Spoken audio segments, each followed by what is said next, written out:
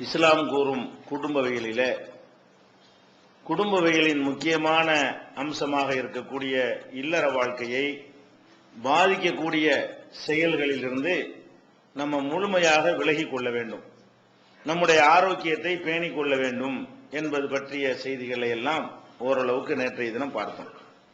அடுத்ததாக, இந்த இல்லற வாழ்க்கை மகிழ்ச்சியாக சந்தோஷமாக போக வேண்டும் என்று சொன்னால் ஒருவருக்கொருவர், கணவன் மனைவி ஒருவருக்கொருவர் இல்லற வாழ்க்கையில ஒருவர் மற்றவரை ஈர்க்கக்கூடிய வகையில அவர்கள் நடந்து கொள்ள வேண்டும்.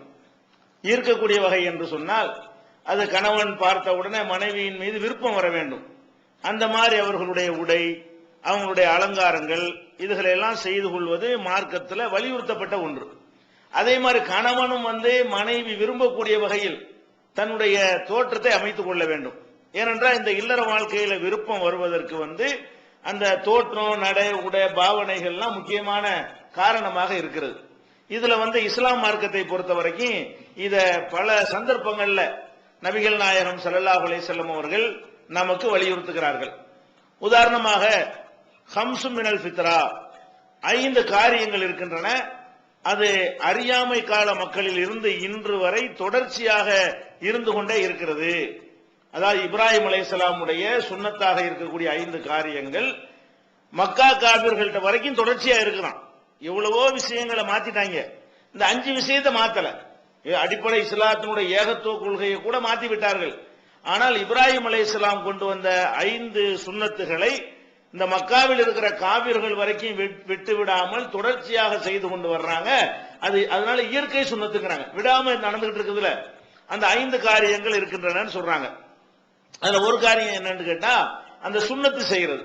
இப்ராஹிம் அலைஹிஸ்ஸலாம் சுன்னத் பண்ணாங்க. அதே மாதிரி மக்காவில் உள்ள காபிர்களும் அதை கடைபிடிச்சாங்க. ரசூலுல்லாஹ் அதை உண்டாக்கல. மக்காவில் இருந்த ரசூல் ஸல்லல்லாஹு அலைஹி வஸல்லம் எதிரிகளும் என்ன பண்ணியிருந்தாங்க, இந்த சுன்னத்துங்கிறத விடாம செய்து வந்தார்கள். இது ஒரு விஷயம். அடுத்து என்னன்னு கேட்டா, ஒல் இஸ்திஹ்தாது. இஸ்திஹ்தாதுன்னு சொன்னா, அதாவது மனிதனுடைய உடம்புகள்ல அந்த மறைவிடத்தில் இருக்கக்கூடிய முடிகளை நீக்கிக் கொள்ள வேண்டும். ஆணா இருந்தாலும் பெண்ணா இருந்தாலும் அந்த முடிகளை களைந்து கொள்வது இப்ராஹிம் அலைஹிஸ்ஸலாம் காலத்திலே இருந்துச்சு. தொடர்ச்சியாக தலைமுறையாக அது மக்காவில் இருந்த இந்த காபிர் இருக்கிறாங்களே, அவங்க கூட அதை கடைபிடிக்கிறாங்க. அந்த மாதிரியான ஒரு இயற்கையான சுன்னத்து என்று நபிகள் நாயகம் ஸல்லல்லாஹு அலைஹி வஸல்லம் அவர்கள் இரண்டாவது என்ன சொல்றாங்க, நம்முடைய மர்மஸ்தானத்தில் உள்ள ரோமங்களை எல்லாம் நீக்கிக் கொள்வது ஒரு சுன்னத்து. அது எதுக்கு எல்லாம் சொல்றாங்க, அந்த இல்லற வாழ்க்கையில சந்தோஷமா இருப்பதாக இருந்தால் அதுல எல்லாம் ஒரு ஆணும் பெண்ணும் என்ன செய்யணும், கவனம் செலுத்திக் கொள்ள வேண்டும். அது இதெல்லாம் அலங்காரத்தில் உள்ளது தானே. ஒருவர் ஈர்க்கக்கூடிய வகையில் இருக்கணும்னு சொன்னா இதெல்லாம் அடங்குகிறது. இப்படி பச்சையா சொல்ல மாட்டாங்க, இது ஒரு சுன்னத்து, இதை செய்யுங்கன்னு சொல்லுவாங்க. நம்ம என்ன செய்யணும், இதையும் கவனத்தில் கொள்ள வேண்டும். அதே மாதிரி ஒரு நத்ஃபுல் லிபுத்தி, அக்குள்ள உள்ள முடிகளை நீக்கணும். அக்குள்ள மாச கணக்கில் என்ன செய்வாங்க, அந்த அக்குள்ள முடி வளர்ந்துருச்சுன்னு சொன்னா ஒருவர் ரசிக்க முடியாது, ஒருவர் விரும்ப முடியாம போயிடும். அதுக்காக நபிகள் நாயகம் ஸல்லல்லாஹு அலைஹி வஸல்லம் இந்த பழக்கமும் ஜாகில்கள் கூட கடைபிடிச்சிட்டு இருக்கிறான். அதாவது இது ரசூலுல்லாஹ் சொல்லி அதை அறிவுறுத்தி வலியுறுத்துறதுக்கு முன்னாடியே இப்ராஹிம் அலைஹிஸ்ஸலாம் சொல்லிட்டு போன அந்த சுன்னத்தை அவங்க பிள்ளைங்க என்று சொல்லி மக்காவில் இருக்கிற இந்த காபிர்கள் வரைக்கும் கடைபிடிக்கிறாங்க. அப்ப அந்த அக்குள்ள உள்ள அந்த முடிகளை என்ன செய்யணும், ஆணா இருந்தாலும் பெண்ணா இருந்தாலும் அதை நீக்கிக் கொள்வதற்கு என்ன செய்யணும், அது எடுத்து விட வேண்டும். 40 நாள் தான் ரசூல் ஸல்லல்லாஹு அலைஹி வஸல்லம் அவர்கள் அதுக்கு கூட ஒரு கெடு வச்சிருக்கிறாங்க. அதிகபட்சம் 40 நாள். 40 நாளைக்கு குறைவாகவும் எடுத்துக்கலாம், வாரமோ 1 மாசமோ 10 நாள் கூட இருக்கலாம். கூடுதல் எவ்வளவு, 40 நாளைக்கு உள்ள என்ன செய்யணும், கண்டிப்பா இதுகளை எல்லாம் சுத்தம் செய்து கொள்ள வேண்டும் என்று நபிகள் நாயகம் ஸல்லல்லாஹு அலைஹி வஸல்லம் சொல்றாங்க. ஒரு தக்லீமுல் அல்ஃபார், நகங்களை வெட்டி கொள்ள வேண்டும். கஸ்ஸு ஷாரிபு, மீசையை வாய்க்கு கீழே வராம கத்தரித்துக் கொள்ள வேண்டும்ங்கிறாங்க. இதுல அந்த 3 விஷயத்தை விட்டுருவோம். இந்த 2 விஷயம் அந்த இல்லறம் தொடர்பான ஒருவரை விரும்பக்கூடிய வகையில இருப்பதற்கு தேவையான விஷயங்களாக இருக்கிறது. இது ஒரு சுன்னத்து, இது வலியுறுத்தப்பட்ட விஷயம் என்று நபிகள் நாயகம் ஸல்லல்லாஹு அலைஹி வஸல்லம் சொல்றாங்க. இதுல எப்ப பேணுதல் இல்லாம போய்விடுகிறதோ ஒருவருக்கு ஒருவர் இந்த இல்லறத்துல என்ன செய்யணும், அது ஒரு வெறுப்பு தட்டி போய்விடும், சலிப்பு தட்டிவிடும். அப்படி படாமல் இருக்க வேண்டும் என்று சொன்னால் இந்த மாதிரியான விஷயத்தையும் என்ன செய்யணும், நம்ம பேணிக் கொள்ள வேண்டும். நபிகள் நாயகம் ஸல்லல்லாஹு அலைஹி வஸல்லம் அவங்க வெளியூருக்கு போயிட்டு ஊருக்குள்ள வர்றாங்க. ஊருக்குள்ள வந்தவுடனே மதீனாவுல நுழைஞ்ச உடனே எல்லா சஹாபாக்களும் வீடுகளுக்கு போத்தானே பார்ப்பாங்க. ஊர்ல மதீனாவுக்கு வந்த உடனே என்ன செய்வாங்க, உடனே வீட்டுக்குள்ள போனவங்க அப்படி ஆசைப்படுவாங்க. ரசூல் ஸல்லல்லாஹு என்ன செய்வாங்கன்னு கேட்டா, போவாதீங்க, இம்ஹலு, கொஞ்சம் வெயிட் பண்ணுங்க, பள்ளிவாசல்ல உட்காருங்க, வீட்டுக்கு போக கூடாது யாரும். வெளியூர்ல இருந்து ஆசையா ஆர்வமா வர்றாங்க, 10 நாளோ 15 நாளோ 1 மாசமோ பிரிஞ்சு இருப்பாங்க. அந்த மாதிரி பிரிவினையோட வரக்கூடியவர்கள் வீட்டுக்கு போகணும்னு ஆசைப்பட்டா நபிகள் நாயகம் ஸல்லல்லாஹு அலைஹி வஸல்லம் செய்வாங்க, இருங்க பேசாம, நீங்க வந்துட்டீங்கிற ஒரு செய்தி வந்து உங்க வீடுகளுக்கு முதல்ல போகணும். எதற்காக வேண்டி என்று சொன்னால், அவர்கள் தங்களை சுத்தப்படுத்திக் கொள்வதற்காக, உங்களுடைய மனைவிமார்கள் தங்களை அலங்கரித்துக் கொள்வதற்காக வேண்டி, கணவர் இல்லைங்கிறதுக்காக என்ன செய்வாங்க, ஒரு மாதிரியான ஒரு ஆள்கடைஞ்ச ட்ரெஸ்ஸை போட்டுக்கொண்டு தலைக்கு என்ன தேய்க்காம ஒரு மாதிரியா பரட்டையா கூட என்ன செய்வாங்க இருப்பாங்க. அந்த நேரத்தில் நீங்க ஆர்வமா போகக்கூடிய நேரத்தில் உங்களுக்கு விரும்பக்கூடிய தோற்றத்தில் அவங்க இல்லைன்னு சொன்னா உங்களுக்கு என்ன ஆயிரும், அது வெறுப்ப அடையக்கூடியதாக ஆகிவிடும். அதுக்காக என்ன செய்யறாங்க, ஆர்வமா வரக்கூடியவங்களை, அது இந்த காலத்துக்கு தேவையில்லை, போன்ல சொல்லிட்டு போயிடலாம். அந்த காலத்துல போன் வச்சுட்டு இல்ல 8 மணிக்கு வர்றேன்னா அதுக்கு தயாரா இருந்துருவாங்க, அது ஒரு விஷயம். அந்த காலத்துல என்னன்னு கேட்டா, ஊருக்குள்ள வந்துட்டாங்கன்னா ஆள் மூலமா தான் சொல்லி விடணும், நாங்கெல்லாம் வந்துட்டோம், ராத்திரிக்கு வருவோம், சாயந்தரத்துக்கு வீட்டுக்கு வருவோம் என்று சொல்லி விட்டா தான் நம்ம கணவர் வந்துட்டாருன்னு உங்களுக்கு தெரியும். வெளியூர்ல இருந்து வந்தது, அதனால வந்து இப்படித்தான் போய் வெயிட் பண்ணு அர்த்தம் கிடையாது உங்களுக்குலாம். அந்த காலத்துல வெயிட் பண்ணாங்க. எதுக்காக வெயிட் பண்ணாங்க, அந்த பெண்களுக்கு இந்த மெசேஜ் போன உடனே நம்ம கணவர் வந்து விட்டார்னு சொன்னா முகமலர்ச்சியோட வரவேற்பதற்காக வேண்டி குளித்து சீவி சிங்காரித்து, அது வந்து பூலாம் வைத்துக் கொண்டு நறுமணம்லாம் பூசிக்கொண்டு, அது கணவனை வந்து என்ன செய்யணும், இருக்கக்கூடிய வகையில அவர்கள் இருக்கணும் என்பதற்காக வேண்டி, அதாவது எப்படி சொல்றாங்க ரசூல் ஸல்லல்லாஹு அலைஹி வஸல்லம், லிகை தம்சதி ஸஹது, பரட்டையாக எண்ணெய் தேய்க்காமல் இருக்கக்கூடிய அந்த தலைக்கு அவள் எண்ணெய் தேய்த்துக் கொள்வதற்காக வேண்டியும், நீக்க வேண்டிய ரோமங்களை எல்லாம் நீக்கிக் கொள்வதற்காக வேண்டியும் நீங்கள் என்ன செய்யுங்க, சொல்லி அனுப்பிட்டு சாயந்தரத்துக்கு வீட்டுக்கு போங்கிறாங்க. அதான் வந்து ஊருக்கு வந்தாச்சு, வந்தோன்னு எல்லாரும் ஓட பாக்குறாங்க, பேசாம யாரும் போக கூடாது, முதல்ல நீங்க வந்துட்டீங்கிற செய்தி அங்க சொல்லி விடுங்க, சாயந்தரத்துக்கு வீட்டுக்கு வருவோம் அப்படின்னு சொல்லி விட்டு, அத மனைவியை பார்க்கும் பொழுது அந்த மாதிரியான ஒரு இதுல பார்க்கணுமா, உள்ள போய் பார்க்கும்போது என்ன செய்யணும், நம்ம கணவன் பார்த்த உடனே அவனுக்கு ஒரு மகிழ்ச்சி வரக்கூடிய தோற்றத்தில் அந்த மனைவி இருக்கணும். அதுக்கு அவங்க தங்களை தயார்படுத்திக் கொள்ளணும் என்பதற்காக வேண்டி இதுல எல்லாம் மார்க் இதெல்லாம் இல்லாதனாலதான் ஃபெயிலியரா போயிருது. நிறைய விஷயங்கள் என்ன இருக்கிறது, இதெல்லாம் கவனிக்கிறது கிடையாது. இதுல எல்லாம் கூடுதலா கவனம் செலுத்த வேண்டும் என்று நபிகள் நாயகம் ஸல்லல்லாஹு அலைஹி வஸல்லம் சொல்றாங்க. இது புகாரில 5079வது ஹதீஸ், 5245, 5246, 5247 ஆகிய இடங்கள்ல இது பதிவாயிருக்கிறது. அதே மாதிரி நபிகள் நாயகம் ஸல்லல்லாஹு அலைஹி வஸல்லம் சொல்றாங்க, இன்னல்லாஹ ஜமீலுன் யுஹிப்புல் ஜமால், அல்லாஹ்வே அழகானவன், அழகு விரும்புகிறான். அல்லாஹ்வே அழகா இருக்க போய் தான் நம்மளே அழகா படைச்சிருக்கிறான்.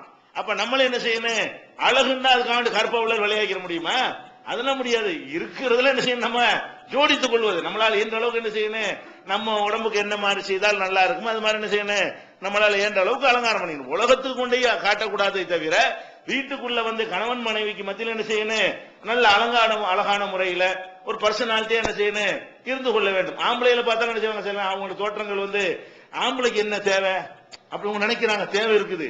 இவங்கள ஆம்பளை நினைச்சுக்கிறது, பொம்பளை அலங்கரிச்சு நம்ம என்ன சொல்லி கிழிச்சு சட்டையை போட்டுட்டு போவோம், நம்ம ஒரு மாதிரி கிருங்கம்பைத்திய மாதிரி இருப்போம் அப்படின்னு அவங்க என்ன செய்வாங்க, இந்த ஊர்ல எவ்வளவு நல்லா இருக்காங்க, இப்படி இருக்காண்டாலு நடப்பாங்க இல்லையா, மனசுக்குள்ள வந்து ஒரு கெட்ட ஒரு அபிப்பிராயம் வந்துருச்சுன்னா என்னவாக, அவங்களுக்கு ஒரு விருப்பம் வராது. சில ஆட்கள் என்ன இருக்கேன், எப்ப பார்த்தாலும் துருவாடை அதிகமா வந்துச்சுன்னு சொன்னா அதுக்கெல்லாம் மெடிசன் இருக்கிறது, அதுக்குரிய சின்ன சின்ன சிகிச்சைகள் மூலமா இணைஞ்சிக்கலாம்.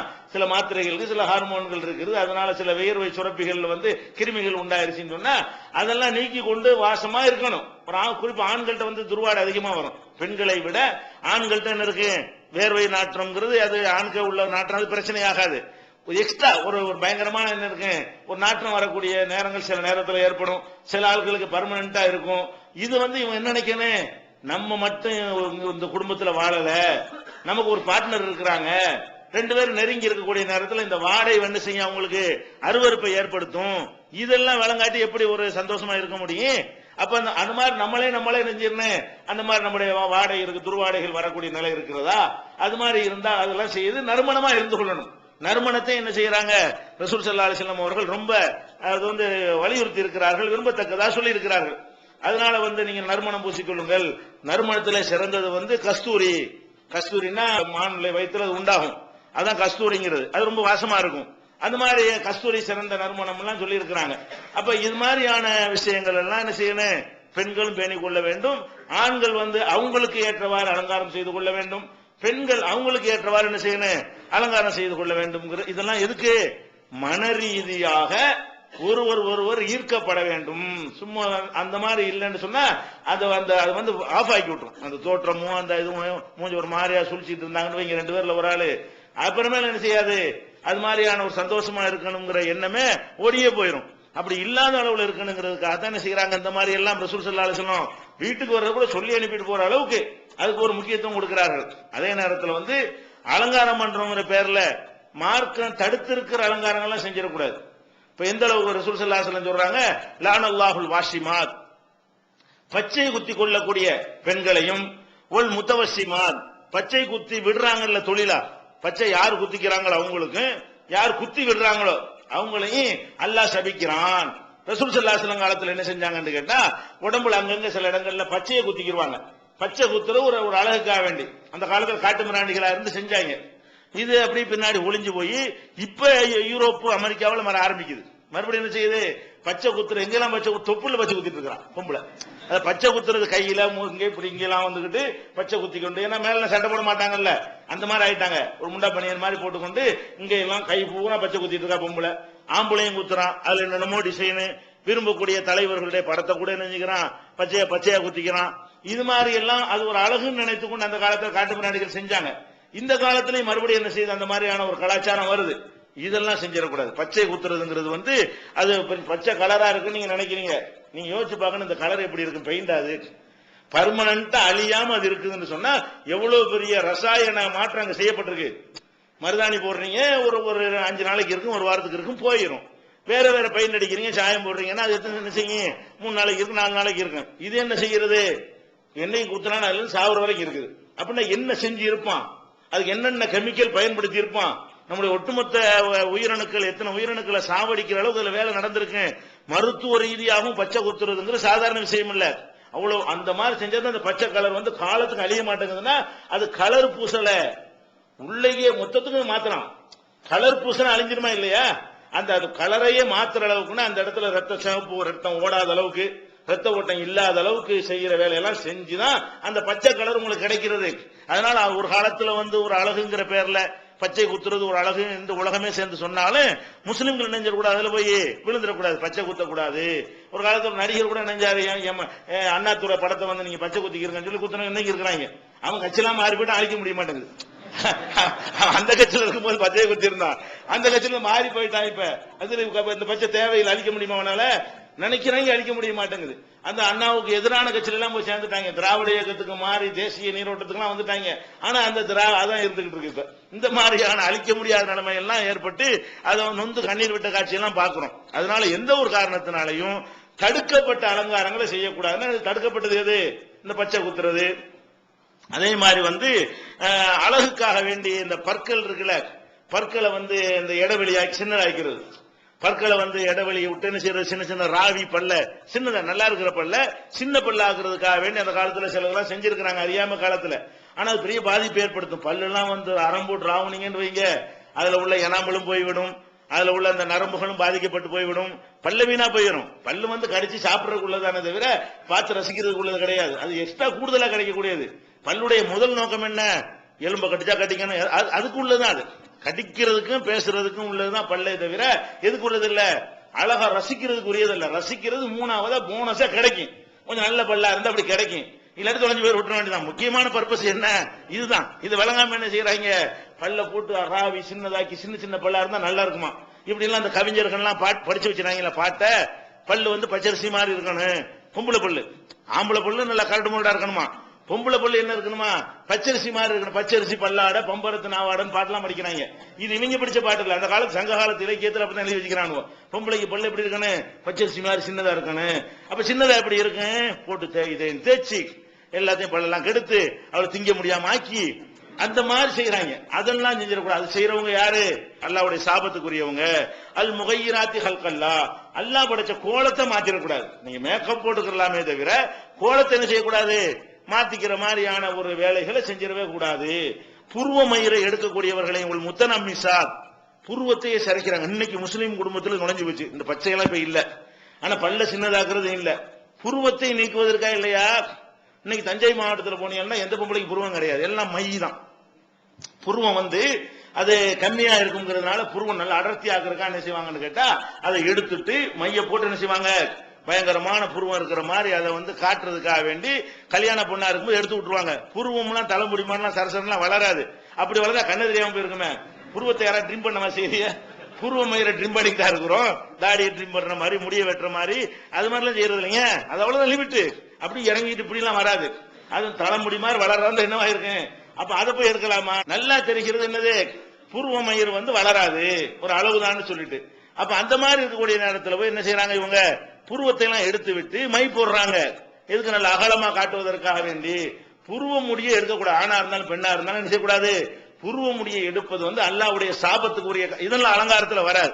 அலங்காரம்னா நகையை போட்டுக்க, பவுடரை பூசிக்க, லிப்ஸ்டிக் கூட போட்டுக்க, கணவனுக்கு முன்னாடி தானே. என்ன பண்ண அது மாதிரி அலங்கரித்துக்கணும். ட்ரெஸ்ல அழகா காட்டு. எந்த மாதிரி ட்ரெஸ் உனக்கு நல்ல கவர்ச்சியா இருக்குமோ இதெல்லாம் போடக்கூடாதுன்னு போது சொன்னோம்ல, அதெல்லாம் கூட போட்டுக்கோங்க. வீட்டுக்குள்ள டைட்டா இருக்குமா போடக்கூடாதுலாம் இருக்கு. அதெல்லாம் யாருக்கு, வெளி உலகத்துக்கு. அதெல்லாம் கணவன் முன்னாடி இருக்கக்கூடிய நேரத்தில் என்ன செய்யுங்க, எந்த மாதிரி இருக்கு அந்த மாதிரி எல்லாம் ட்ரெஸ் வேண்டாலும் போட்டுக்கிறங்க. அப்படி அலங்கரிச்சு கொள்ளணுமே தவிர தடுக்கப்பட்ட அலங்காரத்தை என்ன செய்யக்கூடாது, செய்யக்கூடாது. இது வந்து புகாரில 4886, 5931, 5939, 5943, 5948 இந்த மாதிரி ஹதீஸ் எல்லாம் புகாரில் இடம்பெற்றிருக்கிறது. அப்ப இது எதுக்கு சொல்றோம், இதெல்லாம் மார்க்கத்தில் உள்ளது.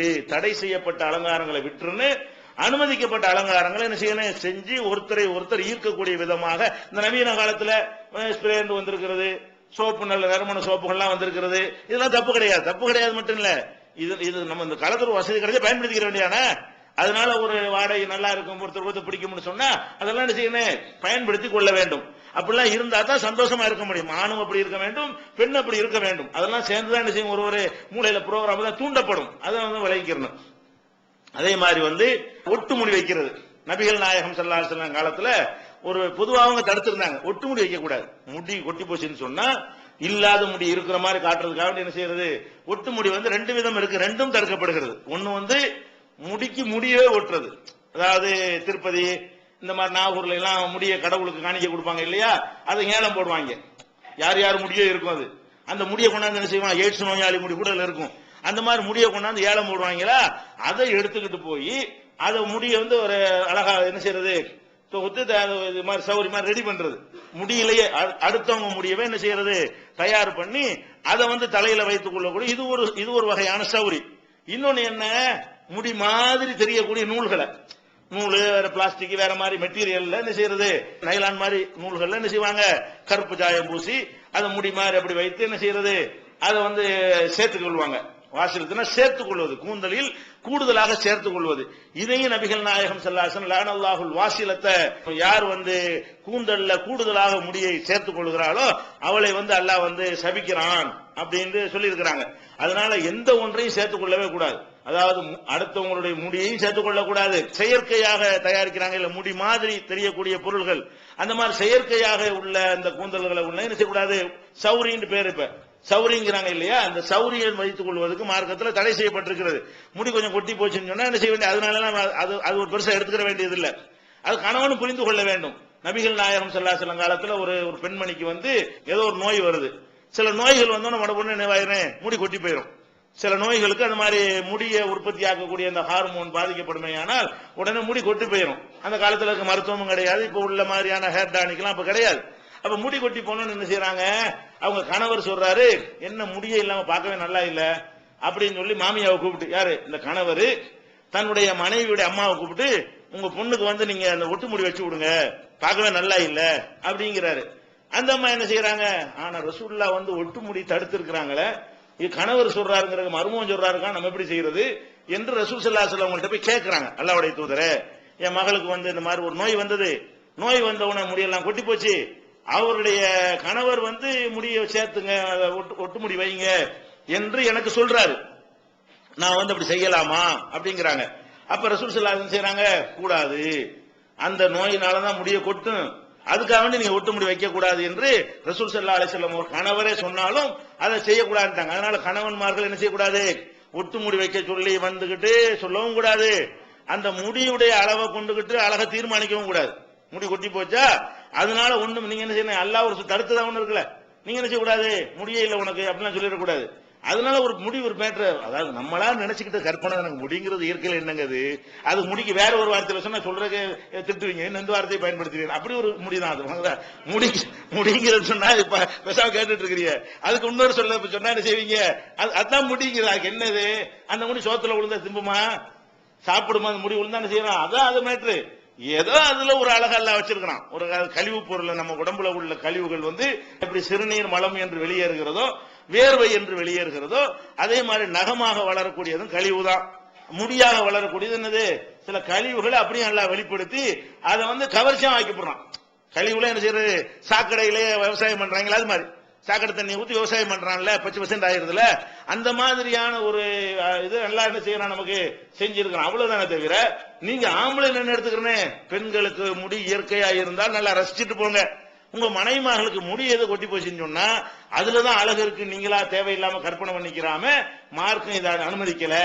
இதை நம்ம மனைவிட்ட எதிர்பார்க்க கூடாது, போனா போயிட்டு போகுது, அதை பத்தி ஒண்ணும் இல்ல அப்படிங்கிற மாதிரி நீங்களும் மனசுல எடுத்துக்கொண்டா தான் என்ன செய்வாங்க, நீங்களும் சொல்லிக்கிறோம். நம்ம ஏற்கனவே சொல்லிருக்கோம்ல, முடி இல்லாட்டாலும் நீ சூப்பரா தான் இருக்கான முடிஞ்சு வச்சுக்காது, அவ்வளவுதா. அப்பயும் ஆசைப்படுறாங்க, கொஞ்சம் பொய்யும் சொல்லிக்கலாம் இருக்குல்ல. நீங்க என்ன செய்யணும், மனைவி மாட்ட முடி கொட்டி போனா பெண், அதனால ஒண்ணு அழகு குறைஞ்சா போச்சு, இப்பதான் அழகு கூடுதலா இருக்குன்னு சொல்லிட்டு போங்க பெண், அதனால ஒண்ணும் கிடையாது. அந்த மாதிரி ஏதாவது செஞ்சு கொள்ளணுமே தவிர அவங்களையும் நீங்க தூண்டிடக்கூடாது, என்ன செய்யக்கூடாது, வாங்கியும் கொடுத்துடக்கூடாது, தடுக்கவும் செய்யணும். ரசூல் ஸல்லல்லாஹு அலைஹி வஸல்லம் அனுமதி கேட்கும், தடுத்துட்டாங்க. அப்ப இந்த மாதிரி அந்த குடும்ப வாழ்க்கையில பிரச்சனை வருவதற்கு அவங்க ஒருத்தரை ஒருத்தர் ஈர்க்கிற விதமாக நடத்தல் முக்கியமான, இது பெரிய டாபிக், இது எல்லாத்தையும் சொல்ல வேண்டி இருக்கனால நீங்க விரிச்சிக்கிற வேண்டியதான், டெவலப் பண்ணிக்கிற வேண்டியதான். அதாவது ஒருத்தர் ஈர்க்கணும் என்பதில் எல்லாம் அடங்கி விட்டது இல்லையா, அதுக்கு தகுந்த மாதிரி நீங்க என்ன செய்யணும், நம்ம கணவன் மனைவி இருக்கிற மாதிரி, ஒரு மனைவிக்கு ஒரு விஷயம் பிடிக்கலையா, இந்த சட்டை நீ கலர் போடாதே, ஒரு பொம்பளை போடாதீங்க, அதனால விருப்பம் என்பது ஒருத்தருக்கு நல்லா இருக்கிறது, ஒருத்தருக்கு நல்லா இல்லாம இருக்கும். ஒருத்தர் நல்ல கருப்பு சட்டை ஒருத்தருக்கு பிடிக்கும், ஒருத்தருக்கு அது பிடிக்காது, என்ன கருப்பு நல்லா இல்லமாங்க, பச்சை ஒரு ஆளுக்கு பிடிக்கும், ஒரு ஆளுக்கு பிடிக்காது. அப்ப மனைவி என்ன செய்யறாங்க, இந்த கலர் உனக்கு நல்லா இல்ல, வேணாம் போடாதீங்க, ஒரு மாதிரியா இருக்கு, விட்டுருங்க. மனைவிக்கு தானே, மனைவிக்கு நம்ம ரசிக்கிறது தானே நீங்க ட்ரெஸ் போடுறீங்க, அது மாதிரி விட்டுற வேண்டியதான். மனைவி கணவன் சொல்றாரு, இந்த கலர் உனக்கு நல்லாவே இல்ல, இந்த ட்ரெஸ் உனக்கு ஈர்க்கிற மாதிரி இல்லைன்னா மனைவி என்ன செய்யணும், அவளுக்கு பிடிச்சிருந்தாவே விட்டு, எதுக்காக நீங்க அழகா இருக்குன்னு நினைக்கிறீங்க, கணவனுக்காக தானே. கணவன் பார்த்து உங்கள் மீது அன்பு வைக்கணும், ஆசைப்படணுங்கிறது தான் அதை செய்யறீங்க. அப்ப கணவனுடைய விருப்பத்துக்கு ஏற்றவாறு மனைவி அலங்கரித்துக் கொள்ள வேண்டும், மார்க்கம் தடுக்காத வகையில். மனைவியுடைய விருப்பத்துக்கு ஏற்றவாறு கணவன் அலங்கரித்துக் கொள்ள வேண்டும், அதுவும் மார்க்கம் தடுக்காத வகையில. இதை கவனத்துல கொள்ள வேண்டும். இது ஒரு மேட்ரு. அடுத்து என்ன பிரச்சனை கேட்டா, இந்த குடும்ப வாழ்க்கை சந்தோஷமா போயிட்டு இருக்கிறதுல அடுத்து முக்கியமான விஷயம் என்னன்னு கேட்டா, சந்தேகம். ஒருத்தருக்கு ஒருத்தர் வர்ற சந்தேகம், இங்க நரகம் வந்துடும், நரகப்படக்கூடிய இல்லற வாழ்க்கை போறதுக்கு என்னன்னு கேட்டா, கணவனுக்கு மனைவியின் மீது சந்தேகம், மனைவிக்கு கணவன் மீது சந்தேகம். சந்தேகம் பலவிதமான சந்தேகம் இருக்கிறது. அதுல ஒழுக்க ரீதியான சந்தேகத்தை இப்ப எடுத்துக்கணும். இதுல வேற வேற சந்தேகம்லாம் அவர் நம்ம கொடுக்கிற காசை தெரியாம சேர்த்து வைக்கிறாளோ அப்படின்னு சந்தேகப்படுறான், இதெல்லாம் பாதிக்காது. இந்த சந்தேகம்லாம் என்ன செய்யாது, பாதிக்காது. நம்ம சம்பாத்தியத்திலிருந்து ஒரு பகுதி அக்கா தங்கச்சி கொடுக்கிறாரோ அப்படின்னு பொம்பளை நினைக்கிறா புருஷனை பத்தி, இதெல்லாம் பாதிக்காது. அக்கா தங்கச்சி கொடுக்குறேன்னு அந்த சந்தேகம் வந்தால் என்ன செய்யாது, குடும்ப வாழ்க்கைய சின்ன சின்ன ஒரு ஊழல் வருமே தவிர இல்லறத்தை வெறுக்கிற அளவுக்கு வந்து விடாது. என்ன சந்தேகத்தை எடுத்துக்கொள்ளணும், இவருக்கு வேற எங்கேயோ தொடர்பு இருக்குமோ, இவளுக்கு வேற எங்கேயோ தொடர்பு இருக்குமோ, இது வந்துடக்கூடாது. எந்த சந்தேகம் நரகமாயிரும். வேற வேற சந்தேகத்தெல்லாம் தவிர்க்க இயலாத மனுஷனா சந்தேகம் வரத்தான் செய்யும். விளங்குதா, என்ன ரூபா தந்துகிட்டு இருக்க, எங்க போயிட்டு இருக்கு, அவ கூட என்ன செய்வா, நீங்க கொடுக்குற ரூபாய அவ சேமிச்சு அவ அம்மா விட்டு கூட கொடுத்து விடுவா.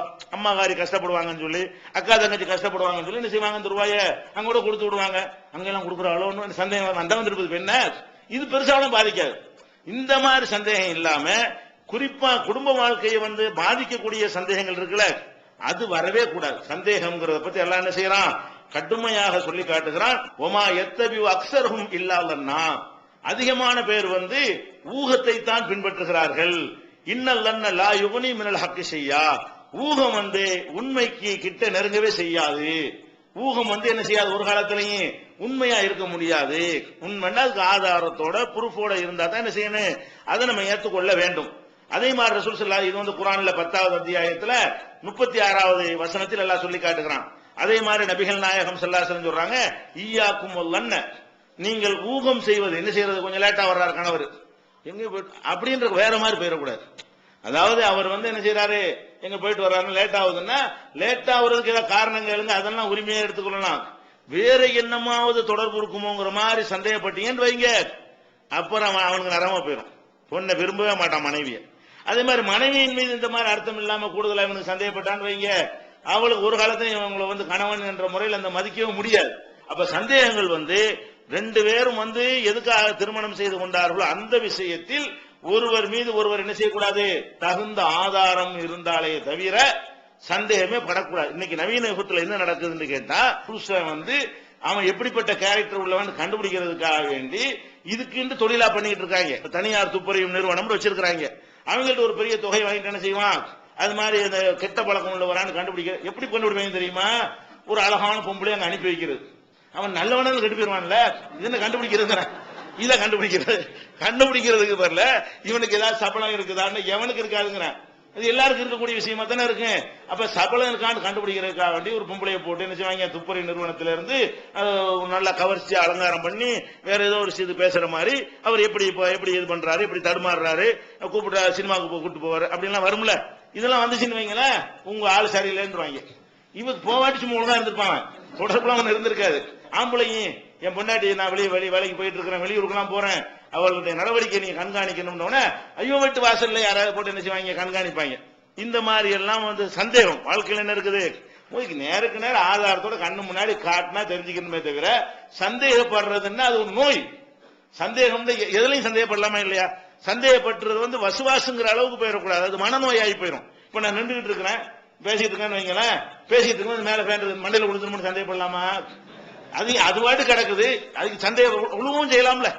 இந்த வேன் உடைஞ்சு மண்டையில் உழுவலாம்ல, உழுவும் செய்யலாம். இதுல யாரா சந்தேகப்படலாமா? எப்ப சந்தேகப்படணும், கூட சத்தம் விழுந்துரும், அப்ப பயப்படணும். சத்தம் வராட்டாலும் உழுவத்தான் செய்யும்.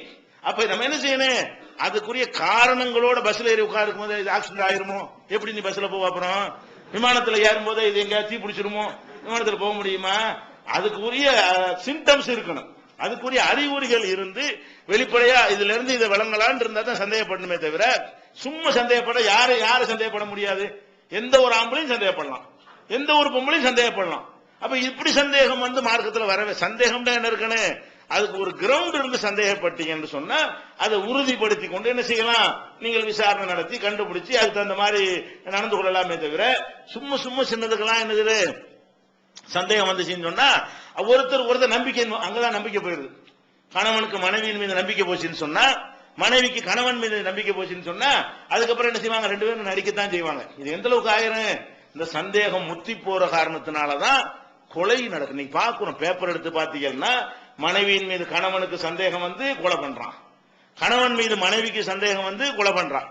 இன்னைக்கு ஆள் வச்சு கூலிப்படையை வச்சு கொலை பண்றது ஒரு நாளைக்கு 10 செய்தி வருது. பேப்பர் எடுத்தீங்கன்னு சொன்னா ஒரு நாளைக்கு 10 வருது. எல்லாமே என்னது, மேற்று விளங்கிக் கொள்ளவில்லை.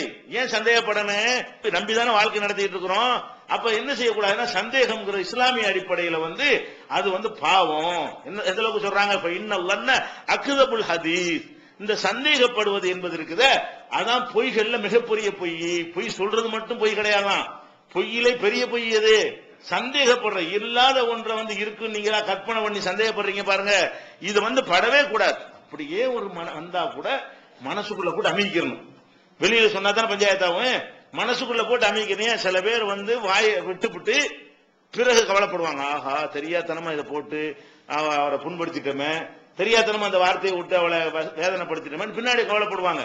அதனால ஏதாவது ஒரு டவுட் மாதிரி வந்தா கூட மனசுல அமைக்கி கொண்டு நமக்கு தெளிவான ஆதாரங்கள் கிடைச்சா பார்ப்போம்.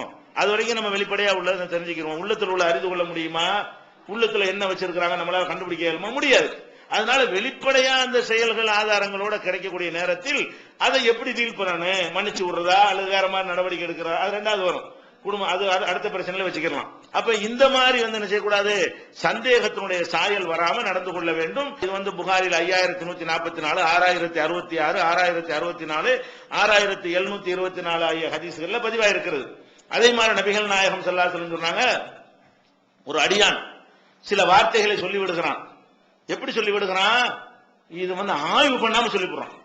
அடியான்னு சொன்னா ஆம்பளை பொம்பளை 2 பேருக்கு தான் உள்ளது, அப்படிதான் ஹதீஸ்ல பேசப்படும். ஒரு அடியான் ஒரு மனுஷன் வச்சுக்கிறங்க, ஒரு மனுஷனும் மனுஷன் என்ன செய்கிறார்கள், இல்ல எத்தக்கல்லமு பில் கலிமா, ஒரு வார்த்தையை பேசி விடுகிறார்கள், மா எத்த பையனு பீகா, அதை உள்ள நுழைஞ்சு ஆய்வு செய்யாம பேசி விடுகிறார்கள். பட்டு நினைச்சோன்னு சொல்லி விடுறது, மனசுல படும்ல இவன் நல்ல பயிலா இருப்பான்னு மனசுல தோணும், நீ சரியான திட்டு போயிட்டு கூடாது, அப்ப மனசுல தோணுனெல்லாம் பேச முடியுமா? ஒரு ஆளை பார்த்தோன்னே நமக்கு என்ன வரும்னா, இவன் ஆளு சரியில்லாத மாதிரி தெரியுதுன்னு வரும். அது எல்லாம் நம்மளை மீறி வரக்கூடியது. நம்ம மீறி சைத்தான ரத்த நாளத்துல எல்லாம் ஓடிட்டு இருக்கிறானே, அது மாதிரி ஒரு நல்ல மனுஷனை பத்தி கூட பார்த்தோன்னு கெட்ட எண்ணம் வந்துவிடும். வந்தா அது குற்றமாகாது எப்போதுமே. நம்ம அபிக்கு ஒண்ணு என்ன செய்யறது, சரி சைத்தான் எண்ணத்தை போடுறான், நம்ம செக் பண்ணிக்கிறோம் இருக்கணும். இது வந்தவன் அடுத்தால கூப்பிட்டு, இவன் மூஞ்ச பார்த்தாலே சரியில்லை, மூஞ்ச பார்த்தா உனக்கு இப்படி தெரியும், மூஞ்ச பார்த்தாலே திருட்டு பண்ணி சொல்ல முடியும், திருட்டு எலியா ஒட்டிருக்கேன், திருடனுக்கு ஸ்பெஷல் மூஞ்சா இருக்குது, நம்ம என்ன செய்வோம், இவன் மூஞ்ச பார்த்தாலே தெரியல நல்லவனா தெரியல அப்படிங்கிறது. இப்படி பேசுறீங்களே, இப்படி பேசினீர்களே ஆனால் ஆதாரம் இல்லாமல் அதை ஆய்வு செய்யாமல், இன்னல் அப்தல எத்த கல்லமபில் களிமத்தி, ஒரு அடியான் ஒரு வார்த்தையை பேசி விடுகிறான், மாயத்த பையனு பீகா, அதுல தெளிவுபடுத்தாமல் ஆய்வு செய்யாமல் பேசி விடுகிறான். இவன் என்ன செய்வான்னு கேட்டா, லா யஸாலு பிஹா ஃபின்னாரி அபஅத பைனல் மஷ்ரி, கிழக்குக்கும் மேற்குக்கும் மத்தியில உள்ள தூரம் இருக்குத, அதை விட அதிகமான தூரத்துல உள்ள நரகத்துக்கு போயிடுவான். நரகத்துல அடித்தளத்துக்கு, நரகத்துல அவ்வளவு ஆழத்துக்கு, அதில் பாதாளத்துல அவன் போய்விடுவான். அது மாதிரியான வார்த்தைகளையும் அடியார்கள் பேசி விடுகிறார்கள் என்று ரசூல் ஸல்லல்லாஹு அலைஹி வஸல்லம் சொல்றாங்க. இது புகாரில் 6477வது ஹதீஸா இருக்கிறது. இதுல நம்ம என்ன வழங்குறோம், மனசுல அப்படி பட்டாலும் நீங்களே மனசுக்குள்ள வச்சுக்கிட்டீங்கன்னா ஒருத்தருக்கு நீங்க என்ன நினைச்சுன்னு தெரியாது. கணவனுக்கு மனைவி நினைக்கிறது கண்டுபிடிக்க இயலாது, மனைவிக்கு கணவன் நினைக்கிறது வாயினால சொல்லிட்டீங்கன்னு வைங்க, யோசிச்சு பேசணும். அந்த வார்த்தைகளை விடுறதுலதான் எல்லா பஞ்சாயத்தும் வருது. மனசுல நினைச்சதெல்லாம் சொல்லிடக்கூடாது, மனசுல பட்டதெல்லாம் பேசிடக்கூடாது. ஏன்னா குடும்ப வாழ்க்கை கட்டி காக்க வேண்டும். இப்படி ஒண்ணுனா பேச குடும்பம் நரகமா போய்விடும். ஒருத்தர் நம்பிதான் வாழ்க்கையை நடத்தி கொண்டிருக்கணுமே தவிர இது வெளிப்படையாக பேசினால் எல்லாமே நாசமா போயிடும். அதே மாதிரி நபிகள் நாயகம் ஸல்லல்லாஹு அலைஹி வஸல்லம் சொல்றாங்க, தாமா யுரிபுக இலாமாலா யுரிபுக, உனக்கு சந்தேகம் தரக்கூடியதை விட்டு விட்டு சந்தேகமற்றதின் பக்கம் சென்று விடு. எது கன்ஃபார்மா இருக்கு அதானே பேசணும், எது உறுதியாக உனக்கு தெரிகிறத பேசணுமே தவிர இப்படி இருக்குமோ போயிருக்குமோ அதை பேசிடக்கூடாது. வந்தாலும் வந்திருக்குமோ, செஞ்சாலும் செஞ்சிருக்குமோ, இந்த மாதிரி இந்த டவுட் வருது பாருங்க, டவுட் உரிய விஷயங்களை என்ன செஞ்சிடக்கூடாது, பேசிடக்கூடாது என்று நபிகள் நாயகம் ஸல்லல்லாஹு அலைஹி வஸல்லம் கண்டிக்கிறார்கள். இது திருமதியில இடம் பெற்றிருக்கிறத பார்க்கணும். குர்ஆன்ல கூட அல்லாஹ் கண்டிக்கிறான், யா அய்யுஹல்லதீன ஆமனு, நம்பிக்கை கொண்டவர்களே, இன்ஜாக்கும் ஃபாசிக்கும் பினபையின், ஒரு கெட்டவன் உங்கள்ட்ட ஒரு செய்தியை கொண்டு வந்தானே ஆனால் ஃபதபையனும், நீங்க ஒழுங்கா தீர விசாரித்து உறுதிப்படுத்திக்கிறீங்க.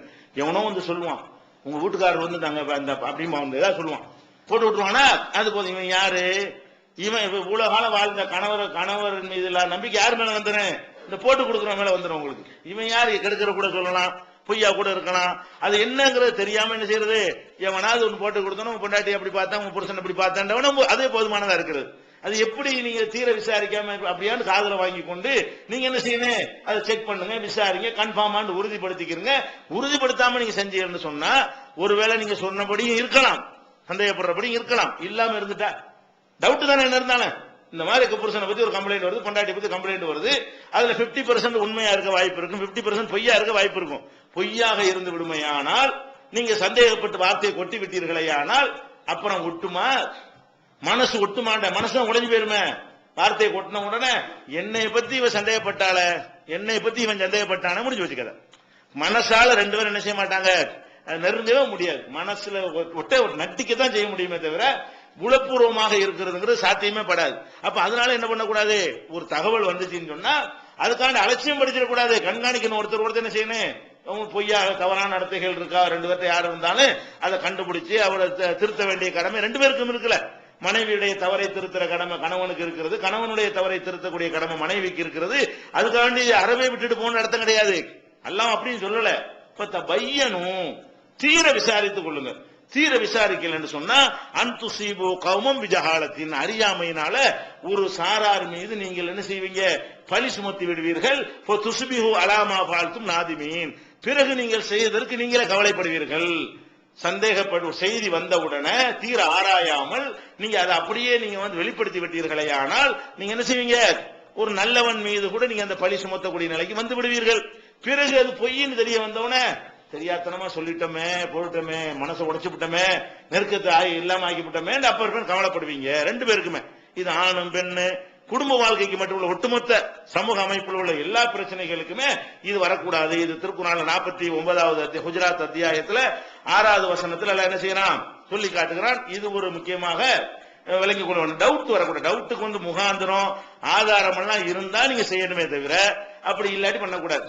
அதே மாதிரி கணவன் மனைவி பொறுத்த வரைக்கும் துருவி என்ன செய்யக்கூடாது, அதை அவ பீரோல திறக்கிறது, பெட்டியை திறக்கிறது, என்ன இருக்குன்னு தோடி தேடி பாக்குறது. இப்படி சில ஆம்பளைகள்ட்ட வியாதி. பொம்பளைகளுக்கு என்ன அதே மாதிரி ஆம்பளை பொண்ணு அவன் பெட்டியெல்லாம் குடையிறது.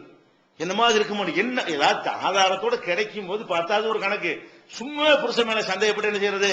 வேற ஏதாவது உள்ள இருக்குமோ, பெட்டியில இருக்குமோ, அது இருக்குமோ, ஏதாவது ஒண்ணு கிடைச்சு போச்சுன்னு வைங்க, அதை வச்சுக்கிட்டு என்ன செய்யறது? இது என்னவா இருக்கு, இது யாரா இருக்கும், இது இந்த பொருளையா இங்க இருக்குது, இது இல்லையே, நேத்து இல்லையே, இப்படி எல்லாம் அப்படியே போயிட்டு இருக்கும். சைத்தான் நுழைஞ்சிட்டே வருவான்.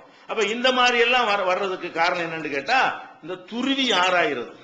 இந்த துருவி ஆராயக்கூடாது. ஒன்று ரெண்டு நண்பர்களா இருந்தாலும் சரி, வெளிப்படையா உள்ளதை தெரியும் போது அப்படி ஏற்றுக்கொள்ளணுமே தவிர, துருவி ஆராய்ஞ்சா உலகத்துல வாழ இயலுமா?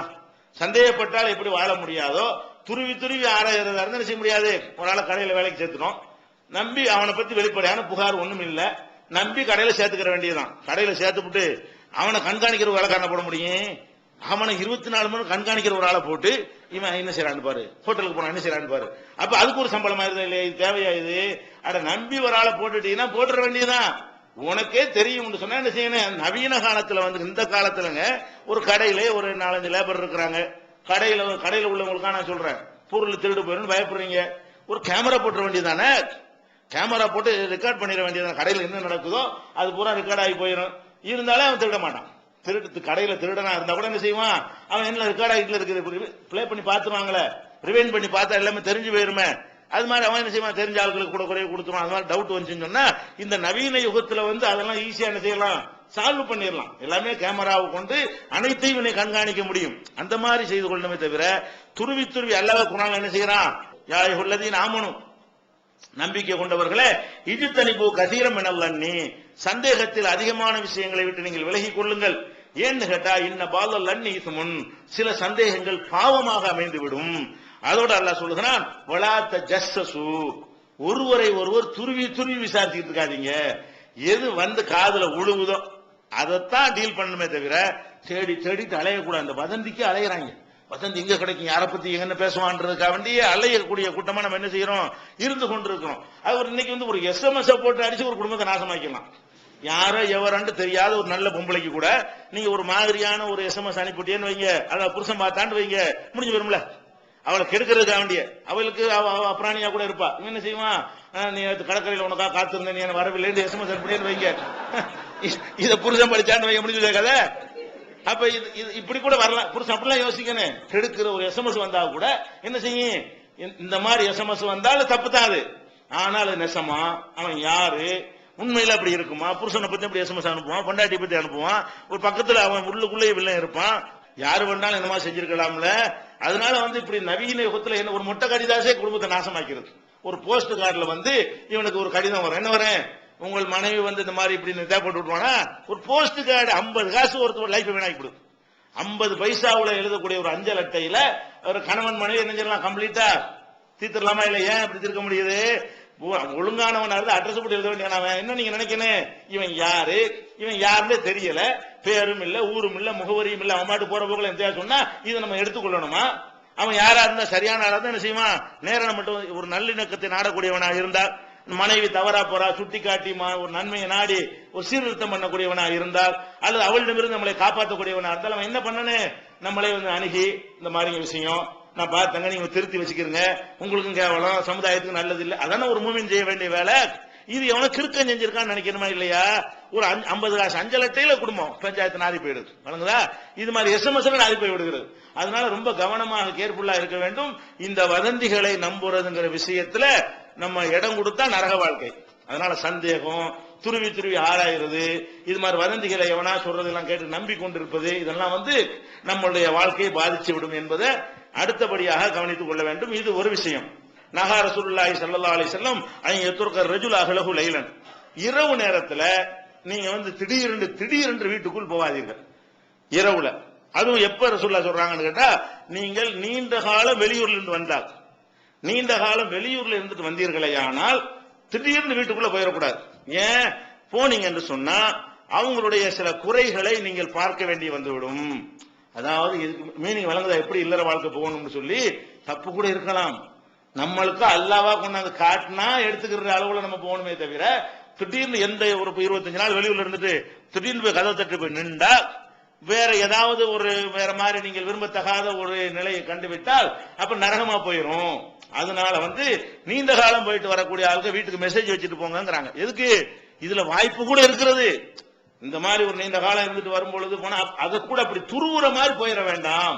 அது மாதிரி ஒரு டவுட் இது டவுட் ஆதாரம் அப்படி போகணுமே தவிர, அது போக என்ன தெரியுமா, அவன் என்னப்பா வெளியூர்ல இருந்து வர்றாரு, சாமத்துல 15 நாளைக்கு 15 நாள் சென்று வர்றேன்னு சொல்லிட்டு 12 நாள் இதுக்கு வந்தாரு. அவளுக்கு என்ன சந்தேகம் வருமா இல்லையா?